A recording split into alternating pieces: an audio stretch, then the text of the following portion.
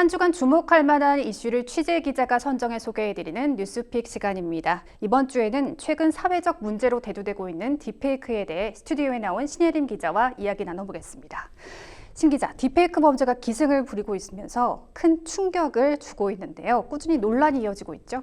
네, 먼저 이 딥페이크에 대한 정의부터 말씀드리자면 딥페이크란 딥러닝과 가짜, 페이크의 혼성어로 인공지능 기술을 활용해서 인물의 얼굴이나 특정 부위를 합성하는 기술을 가리킵니다. 생성형 AI가 발달하면서 이제는 진짜 영상과 딥페이크로 만든 가짜 영상을 구별하기가 어려워질 정도로 합성 이미지를 더욱 정교하고 빠르게 만들 수 있게 됐는데요. 이 기술을 지인이나 연예인 얼굴을 나체 영상 또는 사진에 불법 합성해서 유통하는 범죄에 사용하면서 논란이 되고 있습니다. 최근 딥페이크 성범죄 사태는 지난달 인하대에서 여학생의 얼굴을 음란물에 합성한 딥페이크 영상물이 텔레그램에서 유포된 사건이 알려지면서 시작됐는데요. 지난달 19일에 인천경찰청 사이버범죄수사대가 성폭력범죄 처벌 등에 관한 특례법 위반 혐의로 텔레그램 단체 대화방 운영자 등을 수사하고 있다고 밝혔습니다. 이에 앞서 지난 5월에는 졸업생들이 후배들의 얼굴 사진을 합성한 음란물을 만들어 유포했던 서울대 N번방 사건이 있었기도 했고요. 이후에 이 같은 텔레그램 단체 대화방이 서울대, 인하대뿐 아니라 전국 지역 학교별로 세분화돼 많이 개설이 됐고 대화방마다 수천 명이 참여 중인 사실이 드러나면서 논란이 불거졌습니다. 범죄가 어떤 방식으로 이루어졌는지도 말씀해 주시죠. 해당 텔레그램 대화방은 이른바 겹지인방이라고 하는데요. 대화방 참가자들이 서로 같이 아는 특정 여성의 정보를 공유하고 딥페이크 영상물을 제작, 유포하는 등의 방식으로 성희롱이 이뤄졌습니다.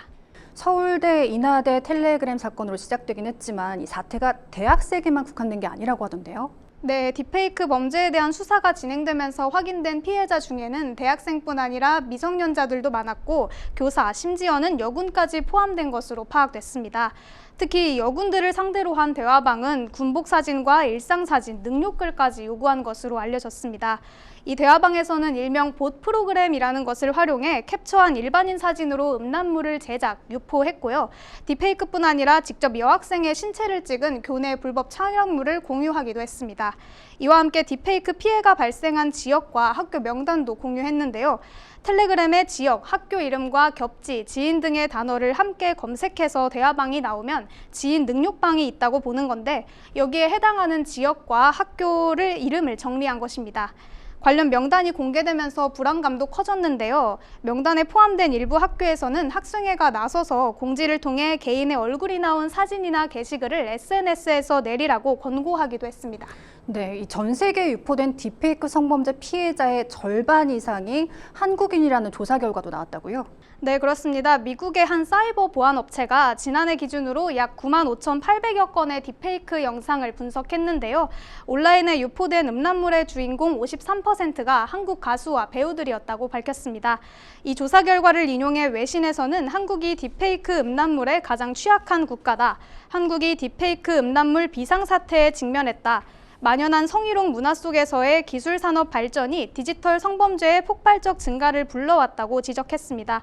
전 세계에서 딥페이크 범죄가 가장 심각한 국가로 지목된 것인데 부끄러운 일이 아닐 수 없습니다.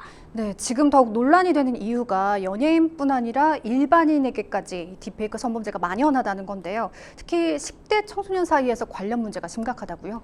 네, 경찰청에 따르면 2021년부터 3년간 경찰 수사가 진행된 딥페이크 성범죄 사건의 피해자는 총 527명으로 나타났습니다. 이 문제는 전체 피해자의 59.8% 그러니까 60%에 해당하는 315명이 10대였다는 겁니다. 딥페이크로 피해를 입은 미성년자 수는 해마다 증가하는 추세인데요. 2021년 53명에서 2022년 81명, 2023년에는 181명으로 2년 만에 3.4배가 늘었습니다. 피해자뿐 아니라 가해자 중에서도 미성년자 비중이 눈에 띄게 늘고 있는데요. 경찰청에 따르면 허위 영상물 범죄 혐의로 입건된 전체 피의자 중에 10대가 차지하는 비중은 2021년 65.4%에서 지난해 75.8%로 크게 늘었습니다. 올해 1월부터 7월까지를 보더라도 73.6%로 높은 수준입니다. 범죄율이 갈수록 높아지고 있는 반면에 검거율은 낮다고요? 네, 그렇습니다. 최근 3년간 허위 영상물 범죄 검거율은 2021년 47.4%, 2022년 46.9%, 2023년 51.7%로 절반 수준에 그쳤는데요. 올해 1월부터 7월까지를 기준으로도 딥페이크 성범죄 신고는 전국에서 총 297건이 접수가 됐는데 이 중 약 49.5%에 달하는 146명이 검거됐습니다. 구속률은 더 낮은데요. 지난 3년간 허위 영상물 범죄로 구속된 인원은 12명에 불과해 구속률이 5%도 채 되지 않고 올해 구속률도 2.7% 수준인 4명에 그쳤습니다. 이 가해자들을 잡는 게 쉽지 않은 이유가 무엇인가요? 먼저 범죄가 이루어진 이 텔레그램이라는 플랫폼에 주목할 필요가 있는데요. 일단 텔레그램은 외국에 서버를 두고 있죠. 그렇기 때문에 다른 플랫폼보다 수사기관의 접근이 까다롭습니다. 또 다른 SNS에 비해 보안성과 익명성이 높다는 특징도 수사가 차질을 빚는 원인이 됩니다. 텔레그램에 업로드된 영상물과 활동 내용을 손쉽게 삭제할 수 있다는 점도 문제인데요. 실제로 앞서 말씀드렸던 여군을 상대로 한 텔레그램 딥페이크 단체방은 관련 보도가 나간 후 폭파, 그러니까 삭제가 돼버린 바람에 수사에 어려움을 겪고 있다고 알려졌습니다. 이러한 이유로 피해자가 직접 텔레그램 방에 들어가 증거를 수집하거나 가해자들을 추적하는 일까지 이어지고 있습니다. 피해자가 직접 나서야 한다니 상황이 심각한데요. 정부에서는 어떤 대책을 내놓고 있습니까? 네, 윤석열 대통령도 지난달 국무회의에서 이 디지털 성범죄를 뿌리 뽑아야 한다고 지시한 만큼 정부도 강경 대응에 나선 모습입니다. 경찰은 내년 3월까지 7개월간 특별 집중 단속 기간을 선포했는데요. 앞서 말씀드렸던 것처럼 현재 텔레그램 법인에 대해 성범죄 방조 혐의를 적용해 내사에 들어간 상황입니다. 또한 딥페이크 불법 영상물과 관련해서 국무조정실에 종합 컨트롤 타워도 설치해 운영하기로 했습니다. 교육부는 딥페이크 범죄를 중대한 학교폭력으로 간주해 퇴학 등 고강도 징계를 하겠다고 밝혔고, 방송통신심의위원회는 신속한 피해 회복을 위해 ARS 신고 상담 패스트트랙을 도입했습니다. 또한 텔레그램 측과 직접적인 한라인 개설도 추진하겠다는 입장을 밝히기도 했습니다. 그러나 가해자들은 여전히 반성은커녕 정부 대책을 조롱하는 모습을 보이기도 하는데요. 텔레그램의 협조 없이는 수사 진행이 어렵고 방을 폭파하면 되기 때문에 절대 잡힐 리 없다며 자신감을 내비치는가 하면 경찰 수사 경험담과 수사 절차, 단속을 피하는 법을 온라인 카페 등 커뮤니티에서 공유하고 있는 상황입니다. 이렇게 딥페이크 성범죄가 반복되는 것은 처벌이 약하기 때문이라는 지적이 있는데요. 현재 이 딥페이크에 대한 처벌은 어떤가요? 이 현행법을 살펴보면 크게 세 가지로 나눌 수 있는데요. 성폭력 범죄의 처벌 등에 관한 특례법, 아동 청소년의 성보호에 관한 법률, 정보통신망 이용 촉진 및 정보 보호에 관한 법률 등으로 딥페이크 성범죄 처벌이 가능합니다.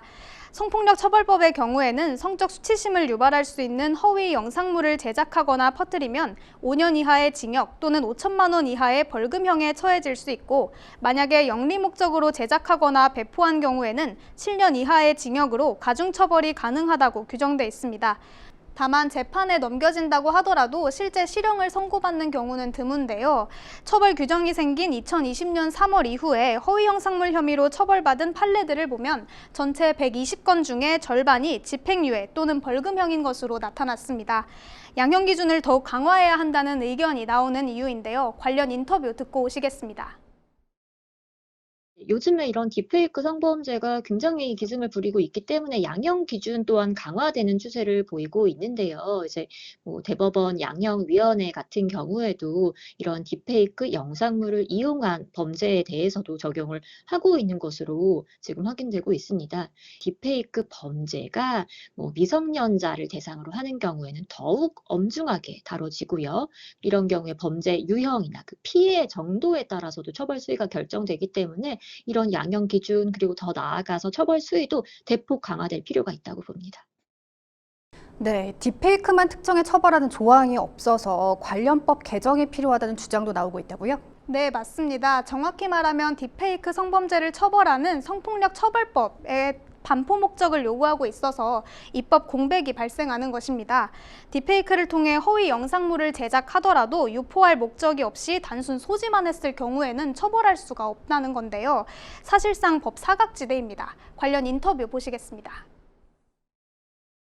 가장 큰 입법 공백의 문제가 만약에 배포할 목적이 전혀 없고 단순히 영상물을 합성하거나 또는 제작하는 행위에 대해서는 처벌할 수가 없습니다. 피해 영상물을 그냥 단순히 개인적으로 사적으로 소지하고 구입하고 저장하고 또는 시청하는 행위에 대해서는 규제가 없는 것입니다. 정보통신망법 같은 경우에도 일단은 음란한 영상, 이제 음향 이런 경우에 대해서는 규제하고 있지만 앞서 언급한 두 법률에 비해서 처벌 수위가 굉장히 약하기 때문에 지금 현재 이런 입법 공백을 좀 보완을 해줄 부분이 반드시 필요하다고 봅니다. 이러한 이유로 딥페이크 음란물을 제작할 뿐만 아니라 소지, 시청한 사람도 처벌할 수 있게 법을 개정해야 한다는 주장이 이어지고 있고 강력 처벌을 촉구하는 국회 국민청원이 5만 명 이상의 동의를 얻기도 했습니다. 네, 일상에 파고든 딥페이크 성범죄에 관한 대책이 하루빨리 마련돼야 할 것으로 보입니다. 이번 주는 여기까지 듣겠습니다.